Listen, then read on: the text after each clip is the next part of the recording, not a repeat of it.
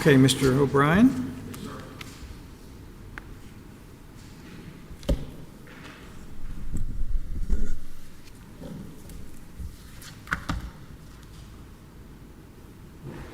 Good morning, Your Honor. Juston O'Brien on behalf of Regions Bank. May it please the Court. The focal point of these appeals is the interpretation of an oil and gas lease royalty provision in light of this Court's remand in the previous appeal. Here, the District Court exceeded the remand order and conducted a new trial. This is legal error, and the latest judgment from 2023 has to be vacated. But before we get to the contractual interpretation, the history of this case with respect to a few items is essential.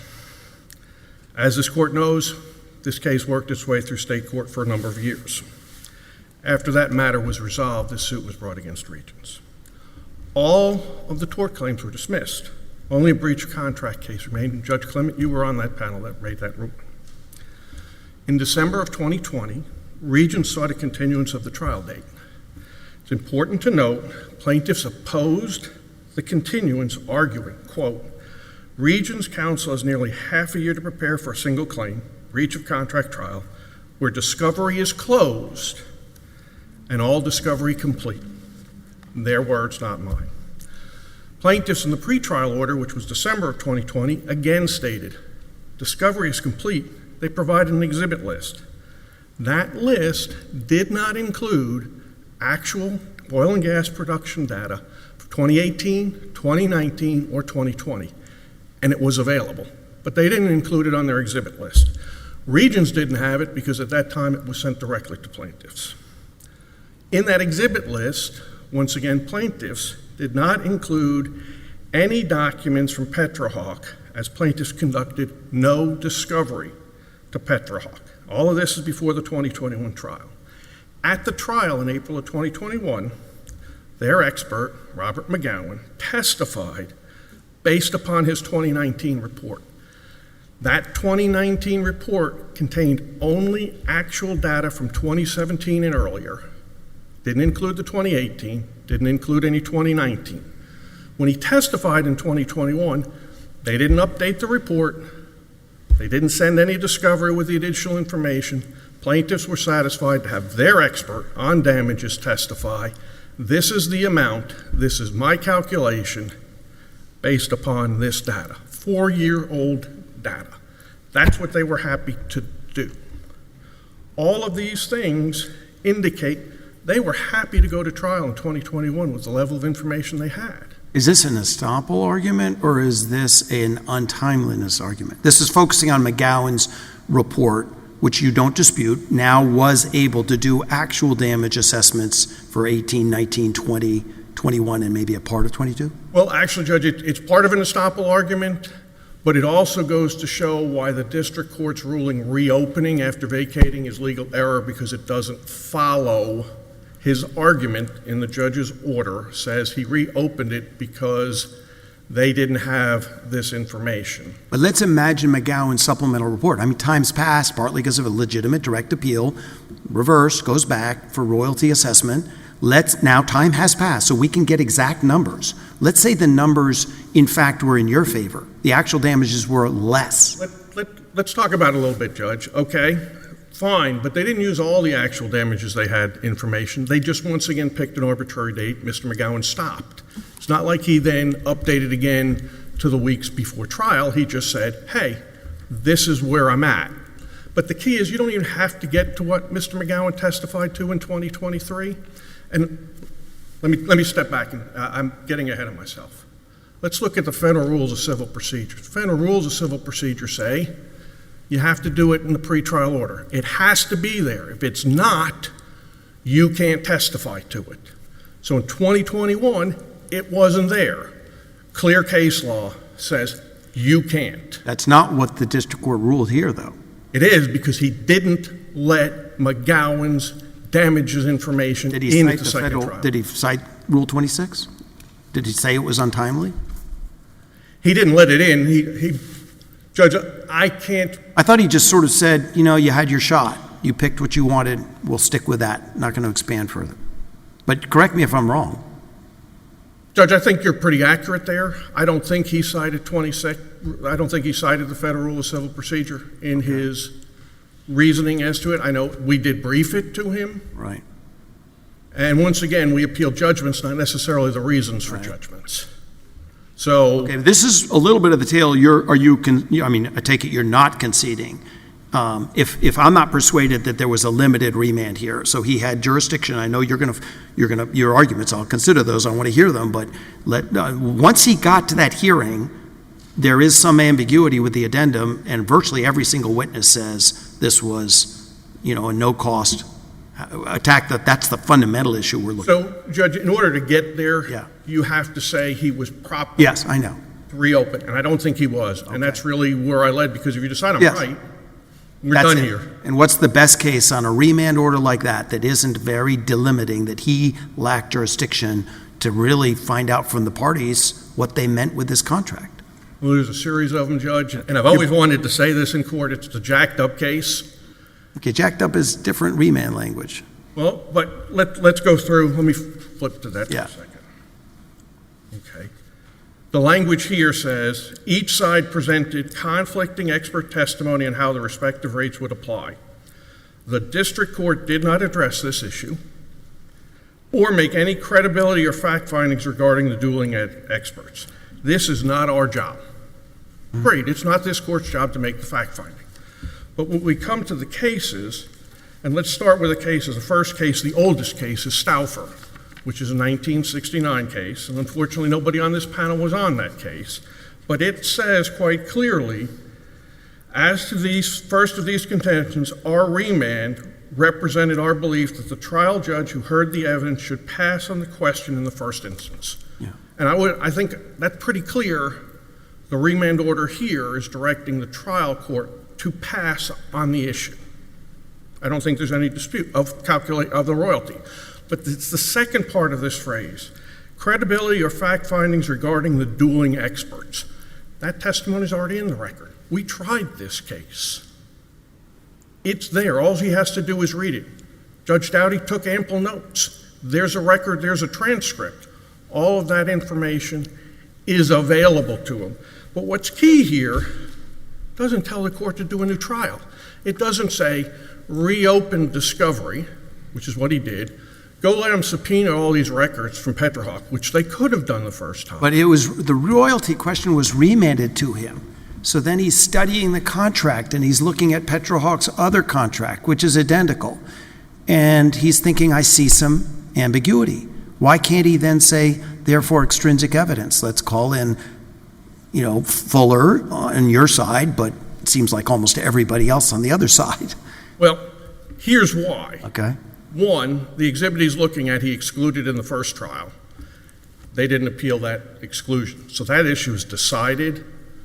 Really can't go back to it under this court's precedent. When you say that issue, you mean whether the contract's ambiguous or not? You can't go back and look at the issue of consider that evidence that was excluded,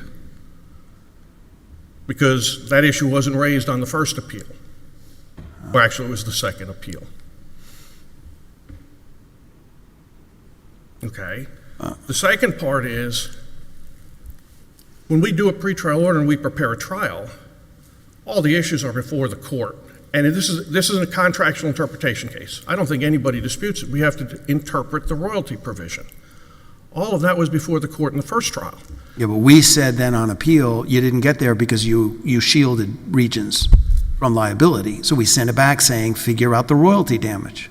Correct. And we've already tried the case. His decision deciding under the issue in the case was the contract. If you're saying we shielded Regions because of the exculpatory clause, yeah. I'm not arguing whether or not he should have decided the issue on whether or not there was a royalty issue. He should have. What I'm arguing is he already had all of that information available because we tried this case once. And the fact is, it was a breach of contract case. Plaintiff said they had everything they needed to try a breach of contract case in 2020. They jammed me and said, no, you don't need any more time. You can try it. It's a simple case. But we did remand it. He had to come up with a number associated with the royalties. Right, and at that time, he had testimony from David Fuller. David Fuller went through the whole process of how to interpret the contract and said there are no damages. Mr. McGowan went through his testimony, said I assumed it was a gross proceeds lease, and we had his entire calculation based upon his 2019 expert report. The information was in. Okay. That they had decided. Just because your time's thinning, let's assume we don't interpret the remand to mean this district judge didn't have the obligation to figure out what this contract meant. So can you just spend a little time on whether or not, once he heard the testimony, do you have any argument on us that he couldn't credit 4 witnesses to 1, that the no cost, see what I'm saying? Well, I'm not exactly following you. Let me try to spit it back to you to make sure I'm Okay. getting. Are you saying he couldn't credit their testimony as to what their interpretation was? Well, regarding the I'm saying, interpretation it of looks or like the amount of addendum payment? is in friction with the contract. Right. And therefore, so the addendum says it prevails. The addendum says there's a no-cost clause here, and it seems like parties in Louisiana can contract out of those post-production costs.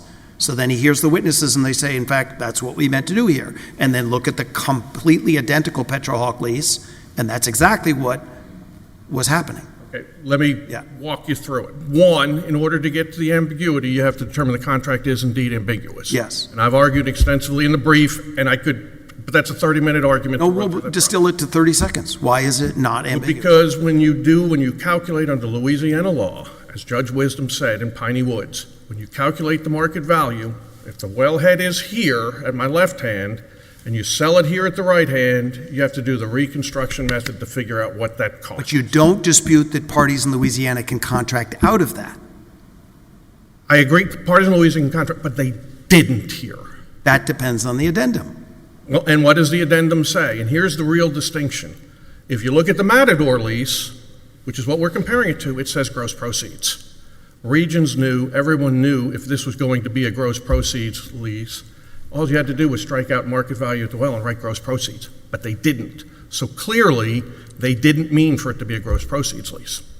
But then we listened to 4 or 5 people and they all say they did. Well, if you listen and you look at all of Joey Hand's testimony, he gets confused and he says just about everything. He says it's a market value at the well, and then he says this is the cost. Eddie Waller testifies, and he's testifying, he's from Mississippi 20 years after he's done it on what he thought it meant 20 years ago.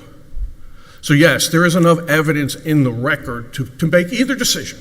I'm right, they're right, there is. There's enough extrinsic evidence, both cases, to say this is or it isn't. But I think the key here is, I don't think you get there under Louisiana law because of the way mineral law and oil and gas royalties are interpreted. So I think first you have to determine it's ambiguous, and my argument is it's not ambiguous. But even if you get to the And point— your best authority for that, it's not Warren, right? It's not Texas case law. It's cases like Freeland and Merritt? Yes, sir. I mean, I went through all of the cases here in the brief, and I could go through them again. No. I think you've answered your position on that. So the next point of that is, even if you get through all of that and you say it is ambiguous, what testimony and what evidence do you have? Before you get to the ambiguous argument, aren't you bound by the fact that the Regions Bank employees testified at trial that the intent of the addendum was to create a gross proceeds royalty? I mean, why aren't you bound by that? Well, Judge, because they also testified in 2021. But one, I'm not bound by it because if it's not ambiguous, you don't get to their extrinsic testimony if the language is clear. 2, at the 2021 trial, they testified otherwise. Well, were they cross-examined in the next trial? They were first called on cross-examination, Your Honor. It was inconsistent with their prior testimony. Yes, ma'am. Was that an issue you brought up, or whoever? Ma'am, I did not bring that issue up in my brief. No. The inconsistency, it is in the record. It was presented to the trial court. I focused on the legal issues here because I know de novo review gives me a much better chance of success than abuse of discretion. Do you agree that if on the prejudgment interest, Corbello would control? These are ascertainable. I disagree, Judge. And in fact, Judge Smith was on the panel with Judge Barksdale. They weren't ascertainable, and here's why. If we were at such a point that this contract is ambiguous in 2016, then it's not really ascertainable until that decision is made. And I cite that case, and I have it here, on the interest issue. And the interest issue is kind of complex. Plaintiffs shortchange it because they failed to mention that Mr. McGowan's testimony went through production through 2033, maybe even 2035 on some of the wells. So that would have to be brought back to present value.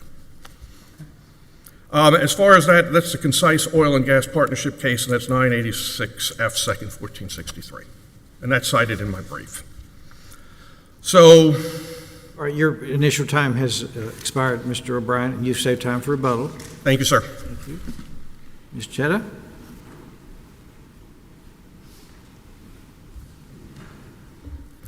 Good morning, Your Honors. Chloe Chetta on behalf of the landowners and cross appellants in this case.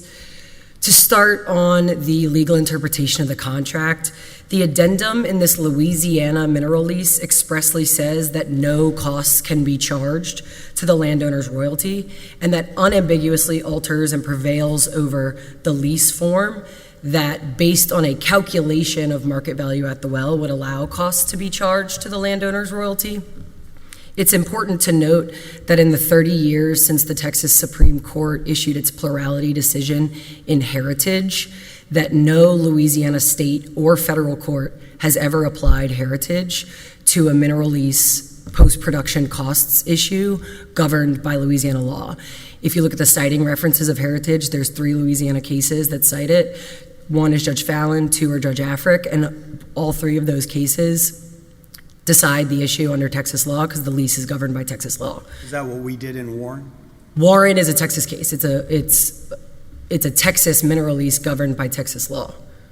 I heard him to say, yes, in Louisiana you can contract out of it.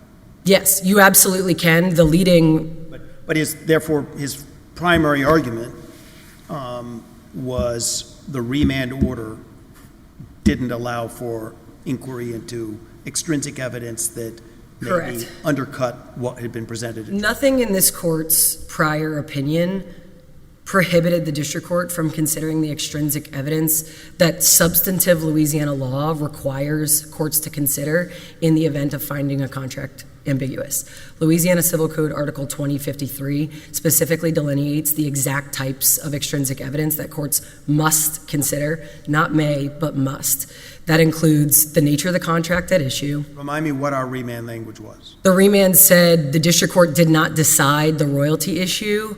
We're not doing it in the first instance, so we remand to determine damages. So this is not jacked up, where jacked up was a motion for summary judgment where the district court hadn't previously decided a Daubert issue on the economic expert. This court reverses the motion for summary judgment because of a fact issue, but says you have a Daubert in the record you haven't decided. If you grant that Daubert motion and exclude the plaintiff's damages expert, they have no damages and summary judgment would be appropriate in that instance. And that's exactly what happened on remand, and that's what this court affirmed in jacked up 2.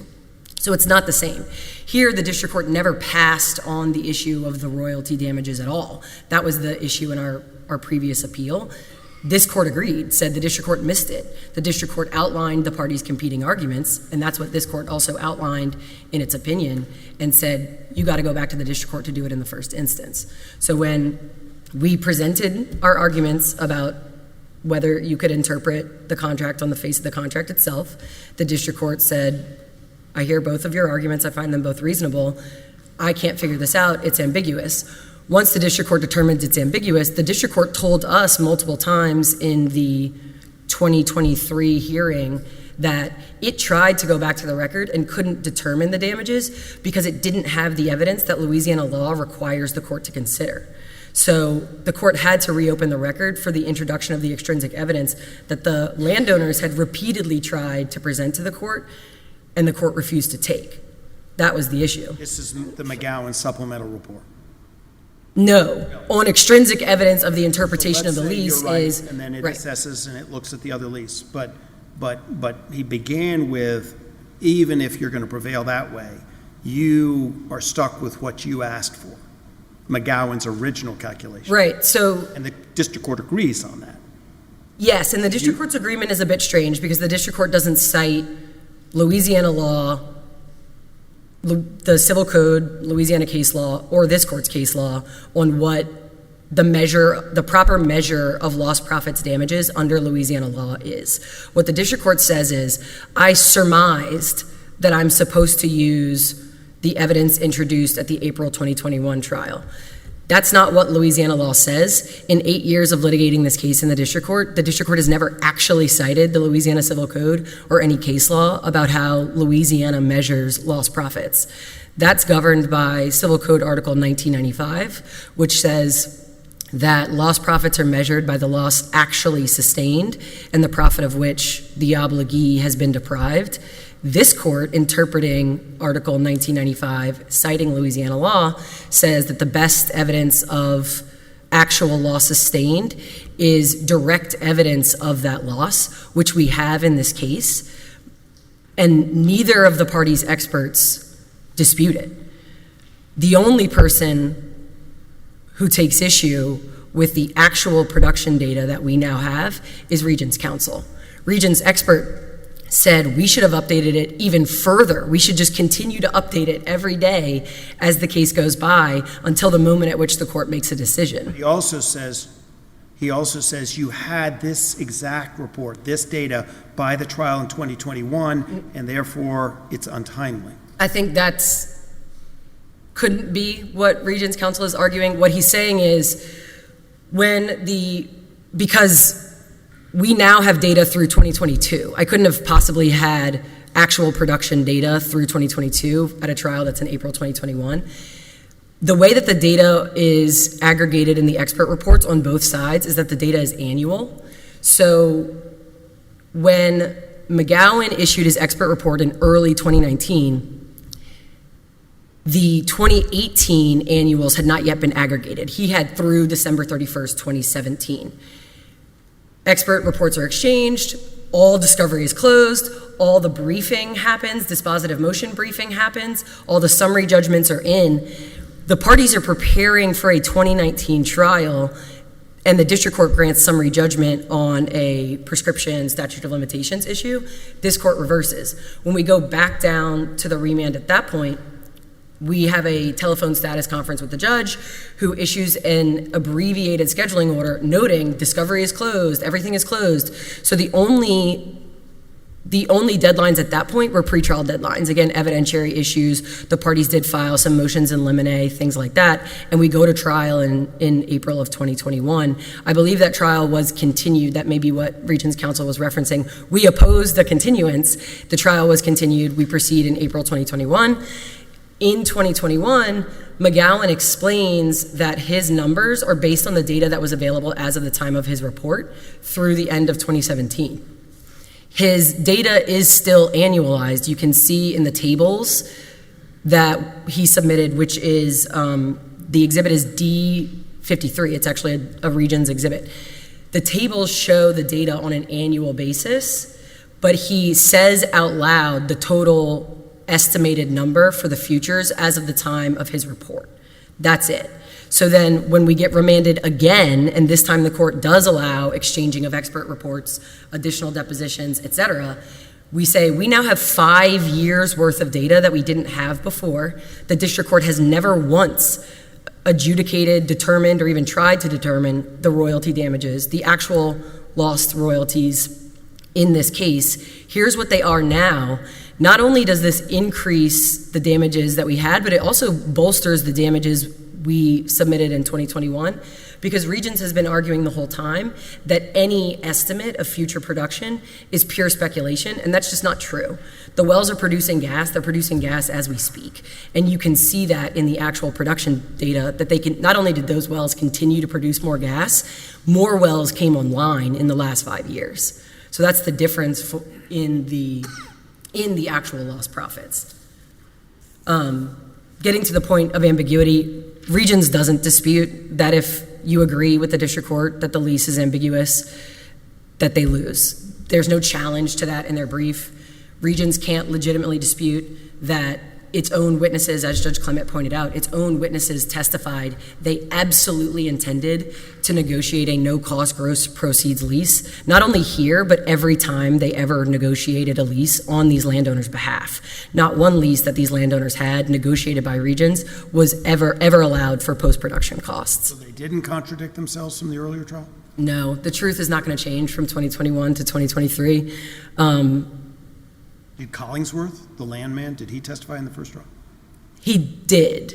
And I don't remember the entirety of his testimony the first go-round, but the testimony is not changing between the experts. It's also not true that Mr. McGowan said he just assumed it was a 25% royalty. He testifies that he looked at the separate Petrohawk lease that was producing gas to verify his understanding of the contract language. But again, in 2021, the district court said, I don't want to hear about the other lease. The question and answer that Regions Counsel is referring to is, in your report, did you assume it was a 25% royalty? And he says yes, because his report says it's a 25% royalty. That's not the same as he just took a wild guess. He testified he looked at other things. The district court just didn't allow him to talk about those things because the district court told us it was going to decide the issue on the briefs and then simply did not.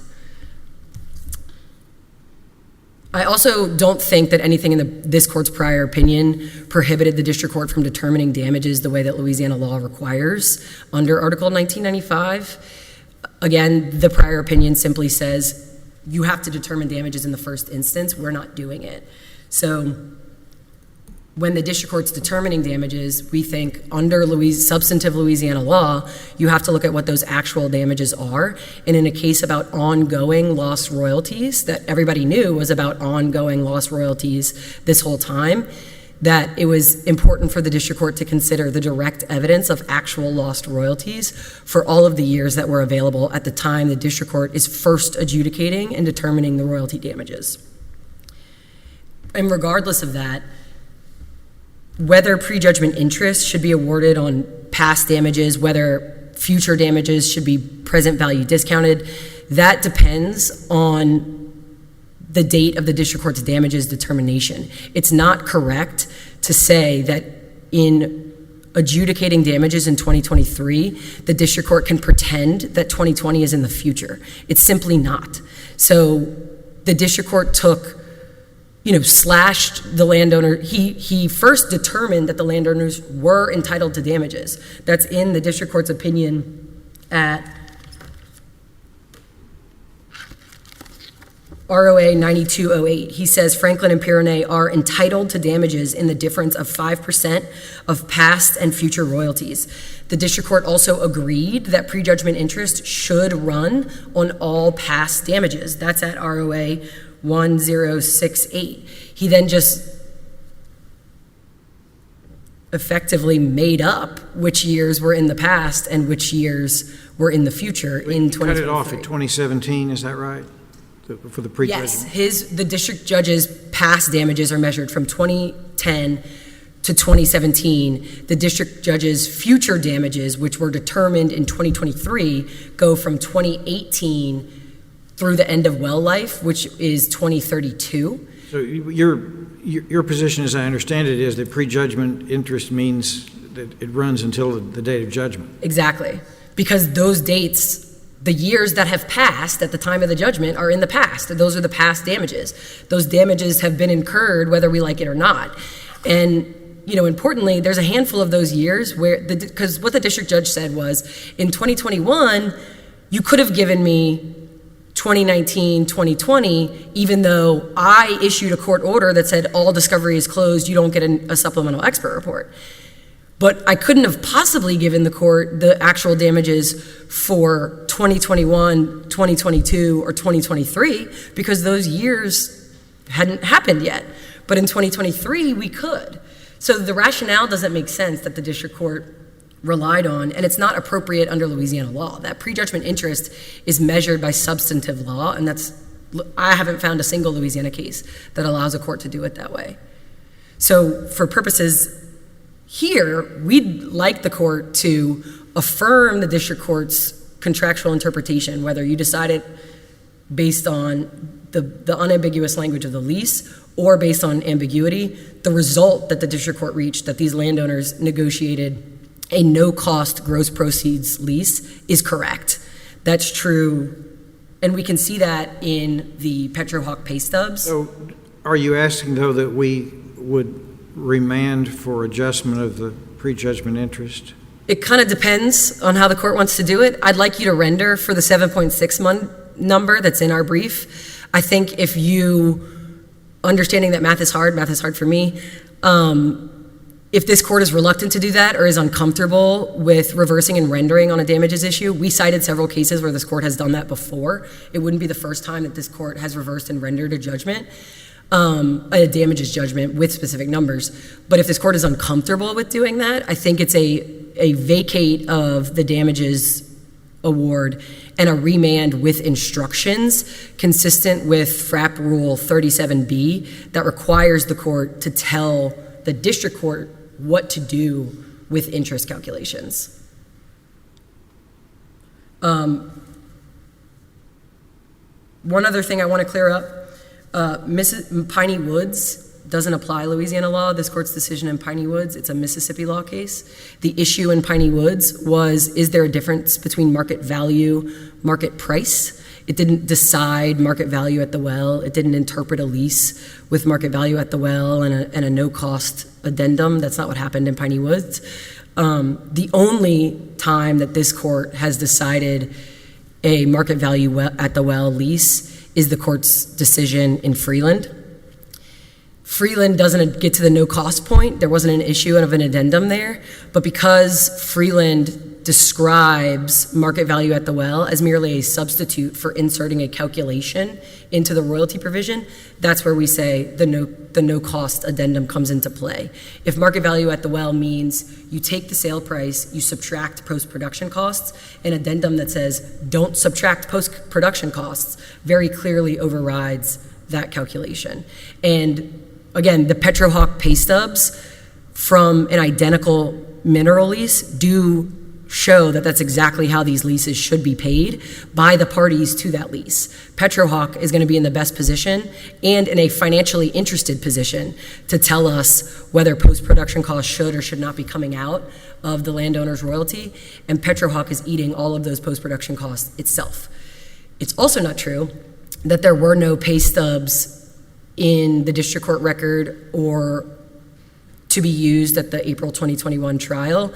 You can see this in a brief that we filed post-remand. We told the court we did our best to give you all the extrinsic evidence that during the trial that we had, but you didn't want to hear it at that point. You wanted to make a decision on the briefs and then decide whether you needed to look at extrinsic evidence after the fact. Because you've now told us you want to do it on the briefs, we have to attach everything that we would have given you in that trial, saying nothing of all the cross-examination we would have had of those region's witnesses, which would have looked a lot like the cross-examination that we had of those witnesses in 2023, where Mr. Joey Hand himself said about 6 times he intended a no-cost gross proceeds lease. There are Petrohawk pay stubs in the record attached to that brief. It's just that when the district court reopened the record and allowed for more fact discovery and both parties were taking depositions, both parties were getting additional evidence because that's what the district court told us to do. We also have Petrohawk pay stubs now through like 2022, basically through the most current actual production data for those landowners. So again, I would ask that the court affirm the district court's contractual interpretation conclusion, regardless of how you get there. I'd ask the court vacate and render a damages award in favor of the landowners for the $7.6 million that we outline in our brief. The prejudgment interest there, we also specify in the brief, runs on about $5.2 million, and that's damages through 2022.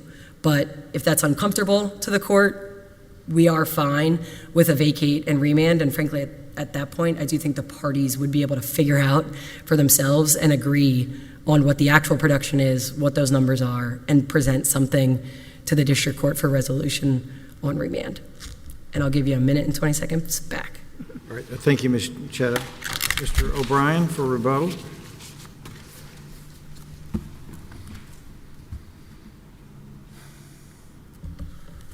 Your Honor, Mr. McGowan expressly did say he assumed it.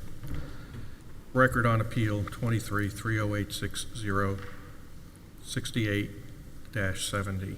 And sir, in your report, you made an assumption to do your calculation based upon the difference between a 25% and a 20% royalty rate. Is that correct? That is correct. There's no testimony in 2021 other than that from Mr. McGowan of how he calculated, except the next line. So then all you had to do was a math formula to figure that out, correct? That is correct. That was his testimony in 2021. It changed for 2023, and it changed based upon what happened at the trial of 2021. So what happens when the district court reopens this whole thing? It's giving plaintiffs an opportunity to fix all of their mistakes. And opposing counsel's wrong about the expert reports, because the Federal Rule of Civil Procedures are very clear about how it can be updated, and you can send the supplemental report updating for those years, 2018, 2019, 2020, that they had before the April 21 trial, up to the date of the pretrial order. That's what the Federal Rules of Civil Procedure. There's no ruling there that says, hey, you can't do this, you can't send a supplemental report. They could have. They chose not to. They're stuck with that decision. That's this court's case law. That's how they decided to try the case. Now they want to change how they try the case. That's not what this remand order was to do. It was not to reopen the case to let them say, hey, Petrohawk, we need all of these pay stubs. There's no testimony from Petrohawk in the record. They have Mr. McGowan talk about it. But it's, hey, Petrohawk, in 2023, we need all your pay stubs. There's the revision of his report, and if all it was an addition of, hey, you know, this is the additional production, that might be different, but it wasn't, because he also changed the substance of his report to address the issue that he didn't testify to in the first trial of how to interpret that lease agreement. In the first trial in April 2021, the only one who testified about how to interpret it was Mr. Fuller. There was no testimony. And that's the problem here. That's the overall, that plaintiffs keep talking about fundamental fairness. Fundamental fairness is we try cases once. We don't try them once, see what we did well, what we didn't do well, and then go back and fix it. And that's what plaintiffs have done. They had their opportunity, they presented their evidence. The fact that they chose not to present evidence that they had is not Region's responsibility. That's their trial decisions, and that's what they did. But I still come back to, at the end of the day, I think the remand order does not allow for it to be reopened. And if it does, well, then the district court, according to plaintiffs in their cases, has discretion of what it's going to let in or not let in. And they haven't shown that the district court abuses discretion saying, we had trial once, you put in your damages evidence, I'm going to use that damages evidence. There's no case, there's nothing that they cite that simply says, hey, you should have done this. There's not a single case in their briefs that say, hey, you should have reopened it to reallow the damages evidence. They put it on once. The trial court was correct in saying, you had your opportunity, you put it on, this is the calculation. Because otherwise, if what plaintiffs propose is the rule, if a case goes to trial and a judge takes it under advisement and takes 6 months to render a decision, you can come back and say, wait, my expert's testimony has changed. Here's my motion for a new trial. I want to present this new evidence. That's not the rule of law. It can't be the rule of law. We have the rules of finality, and that those issues were final as of the trial, and new damages is outside the scope of the remand order. All right, thank you, Mr. O'Brien. Your case and all of today's cases are under submission, and the court is in recess until 9 o'clock tomorrow.